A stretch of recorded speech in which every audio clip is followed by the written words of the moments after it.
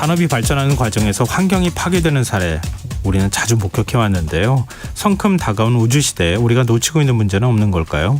우리가 반드시 알아야 할 환경 이슈 살펴보는 시간이죠. 지구생활 백서 사단법인 넥스트 윤지로 수석과 함께 얘기 나눠보겠습니다. 안녕하세요. 네, 안녕하세요. 네, 오늘은 바닷속 우주 쓰레기에 대한 얘기를 해주신다고요? 네, 이제 좀 전 코너에서도 말씀 나누셨지만 우주 발사체 소식 아침에 있었잖아요, 북한에. 네, 이제 다행히 이제 우리 측 피해나 이런 건 없었고 실패를 하기도 했고, 그리고 이제 좀 차분해진 상태에서 좀 있다가 뭐 우주 그 이제 추정되는 그 인양 뭐 이제 그 1단하고 2단 그 사이에 있는 어떤 연결 부위에 그 잔해를 인양했다 뭐 이런 기사 나왔잖아요. 그걸 보다 보니까 문득 궁금해지더라고요. 그 진짜 우리가 뭐 군사용이든 과학용이든 상업용이든 엄청나게 많은 위성이니 뭐니 뭐 로켓에 실려서 또 쏘아보내고 하는데 그 많은 것들이 결국 쓰레기가 돼서 돌아올 텐데 이게 다 어떻게 생을 마감하고 있을까?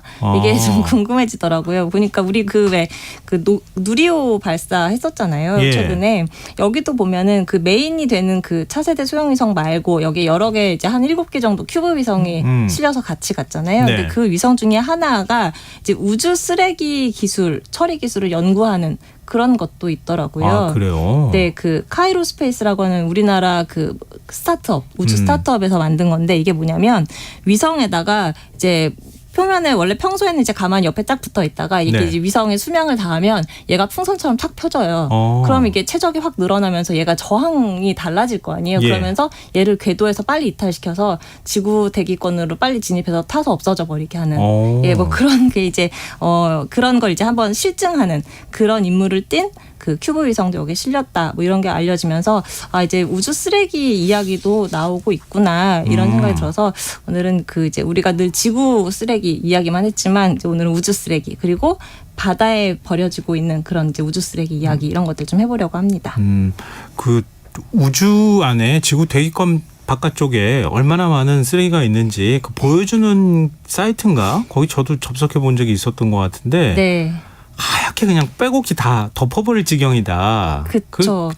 정말 실감했거든요. 네네네. 그래서 그 우주 쓰레기 뭐 없애는 거, 뭐 영화도 찍고 그랬었잖아요. 네, OTT 맞아요. 영화도 있었고, 네네네. 뭐 요즘에는 뭐라 그러죠?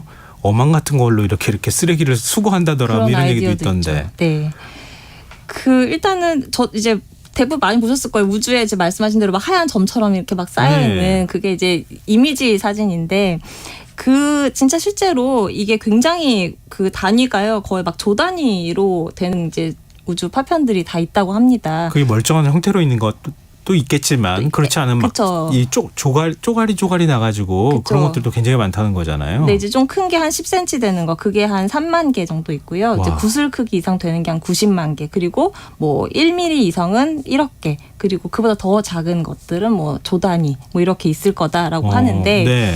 이게 사실 뭐 우리가 이제 뭐 휴대전화도 그렇고 위성이나 이런 거 도움 없이는 또 살 수가 없잖아요. 그래서 우주 쓰레기를 사실 안고 살 수밖에 없는데 그렇다고 얘를 그냥 우주에 임무가 다한 위성을 계속 띄워놓자니 얘가 계속 충돌해서 계속 파편이 될 거 아니에요. 그러면 얘가 점점 만약에 쪼개진다 하더라도 얘가 워낙 빨리 돌고 있어서 거의 초속 한 7, 8km 정도로 날아가고 있거든요. 계속. 그렇기 때문에 이게 거의 밀리미터 단위의 아주 작은 조각이라고 할지라도 되게 위험하다고 해요. 그래서 결국 사실은 현재 상태에서 최선은 어쨌든 다 쓴 걸 빨리 지구로 귀환해서 얘를 태워 없애거나 바다로 떨어뜨리거나 하는 방법인데 그래서 이제 국제우주쓰레기조정위원회라는 곳이 있는데 거기서도 4가지 원칙을 정해놓고 있어요. 근데 그 중에 하나가 임무 종료하면 폐기시켜라. 그러니까 폐기시키라는 건 지구로 떨어뜨리라는 거죠. 그리고 이제 근데 이제 모든 우리 위성이 다 이렇게 지구로 귀환하는 걸 갖춘 건 아니고, 이제 그냥 그 상태로 방치된 채 수명을 마감해서 그냥 계속 돌다가 그냥 뭐 지구 중력에 이끌려서 뭐 저절로 떨어지는 것도 있고, 아무튼 이런데, 연평균 제가 몇 년 전 기사만 해도 연평균 한 200에서 400개가 떨어진다라고 봤었던 기억이 나는데 오늘 조사하면서 보니까 작년에는 2,000개 넘게 지구로 떨어졌어요? 네네, 거의 100톤어치가 떨어졌다고 하더라고요. 물론 이제 대부분은 타서 없어지기 때문에 뭐 큰 문제는 안 되는데, 그리고 이제 지표의 70%가 바다니까 바다로 대부분 떨어질 거 아니에요. 그리고 사람 거지지로 떨어지면 큰일 나죠. 그렇죠. 의도적으로 이제 바다로 떨어지게끔 이제 유인도 하고 그렇게 해서 아마 이제 사람이 뭐 크게 다쳤다 이런 기사는 사실 아마 보신 기억이 없으실 거예요. 네. 그래서 뭐 그것 때문에 경보를 그러니까 서로 충돌할 가능성이 있을 때 경보도 울린다 이런 얘기를 제가 들은 적이 있는데, 네. 근데 지금 바다로 이렇게 떨어진다고 하면 네. 100톤 정도가 매년 바다로 이렇게 떨어져서 쓰레기가 된다는 의미 아니에요?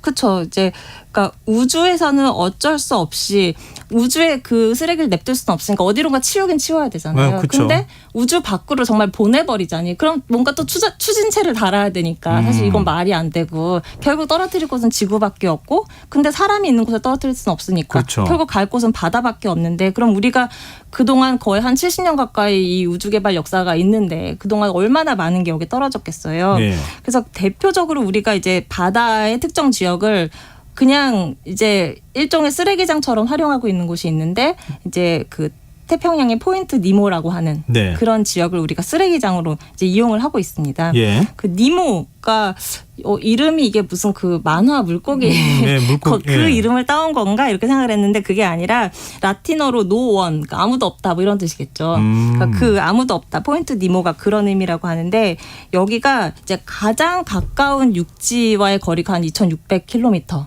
예. 떨어져 있고 예. 사실은 그래서 이 그 바다에 있는 섬보다 국제 우주정거장이 더 가깝대요. 아, 그래요.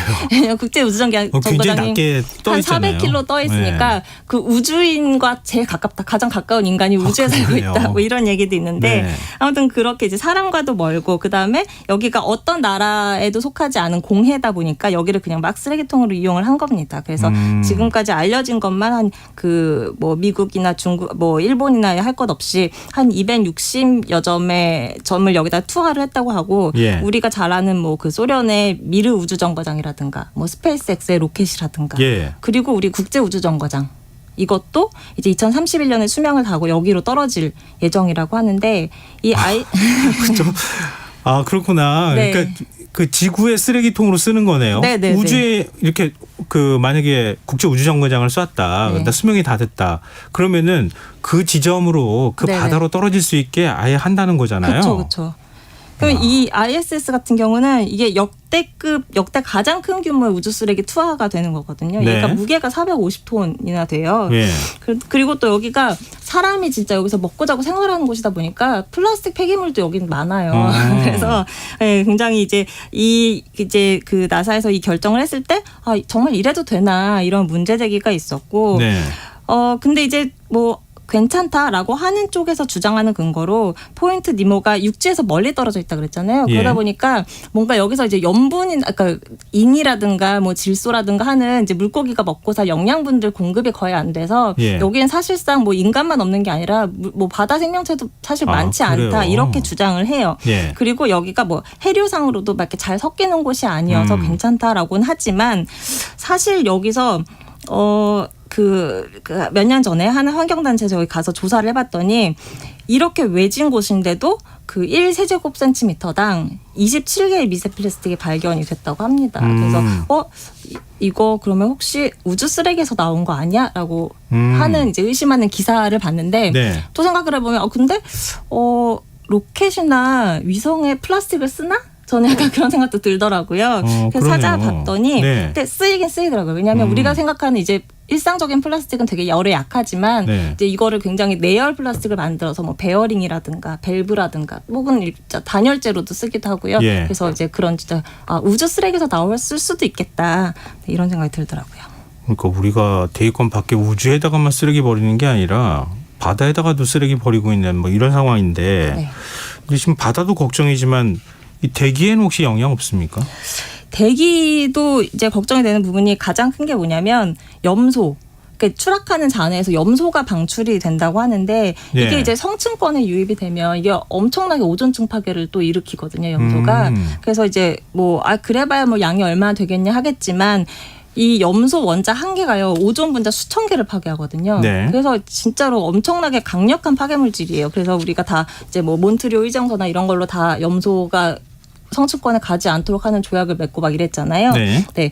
그런 것도 있고 그리고 지금 우리가 고체 폐기물만 지금 제가 말씀을 드렸지만 사실 거기에 뭐 로켓 추진체라든가 하는데 쓰는 연료 또 문제가 되는 게 대표적으로 뭐 하이드라진 혹은 히드라진이라고 하는 그런 네네. 물질이 있는데 이게 또 예. 독성이 되게 강해서 이게 뭐 추락하는 동안 사실 대기 중에 많이 없어지기도 하지만 이게 네. 물에 가면 굉장히 독성이 강해서 바닷물고기가 막 떼죽음을 할 수 있다고 해요. 그래서 예. 실제로 그 캐나다의 그 원주민이죠. 이누이트들이 우리 진짜 로켓 잔해 때문에 물고기를 먹을 수가 없다. 막 이런 식으로 막 문제 제기를 해서 예. 막 이렇게 이슈가 된 적도 있었고, 그리고 또 이제 그 방사성 물질을 원료로 쓰는 경우도 있는데요. 만약에 얘가 중간에 추락을 해버리면 네. 그 지역은 진짜 피폭이 될 수 있거든요. 네. 실제로 이런 사건이 일어난 적도 있어요. 78년에 그 소련의 핵추진 인공위성 코스모스 954호가 있었는데 네. 이게 캐나다 툰드라에 떨어진 거예요. 그래서 예. 그 일대가 방사능 오염 피해가 실제로 발생을 하기도 했습니다.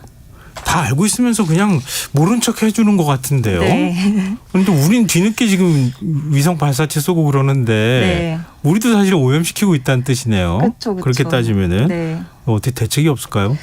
그러게 지금 뭐 아까 제가 말씀드린 국제우주쓰레기조정위원회 등등 뭐 여러 곳에서 이런 걸 논의를 하고 있는데 뭐 아직 뾰족한 건 없고요.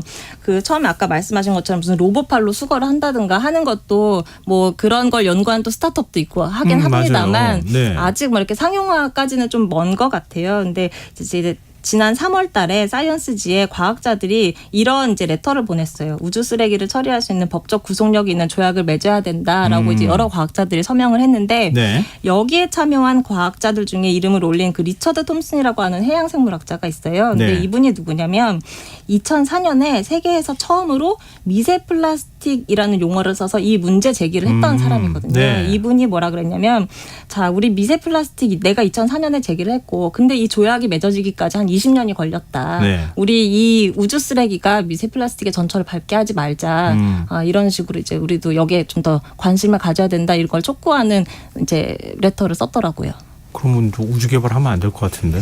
아니 뭐 안될 것 같은데요. 아니, 예를 들면 뭐 위성의 수명을 연장시킨다든가 뭐 이런 이제 또 방법이 있겠고 뭐 수거를 한다든가 뭐 여러 가지 방법이 또 있을 수 있죠. 국제 경쟁이 붙어가지고 이게 참 네. 쉽지는 않을 것 같은데 어찌됐든 이 문제가 굉장히 심각한 거는 알고 있을 테니까 네. 전문가들은 우리는 뭐 잘 몰랐지만 알고 있을 거 아니겠어요. 네. 뭔가 국제적인 협약이 좀 만들어졌으면 좋겠다는 생각이 드네요. 네. 자, 오늘 지구생활 백서 여기서 마무리하겠습니다. 사단법인 넥스트 윤지로 수석과 함께했습니다. 고맙습니다. 네, 감사합니다. KBS 라디오 김성환의 시사 1부 순서 여기서 마무리하겠습니다. 전 11시 정각 2부에 다시 찾아오겠습니다.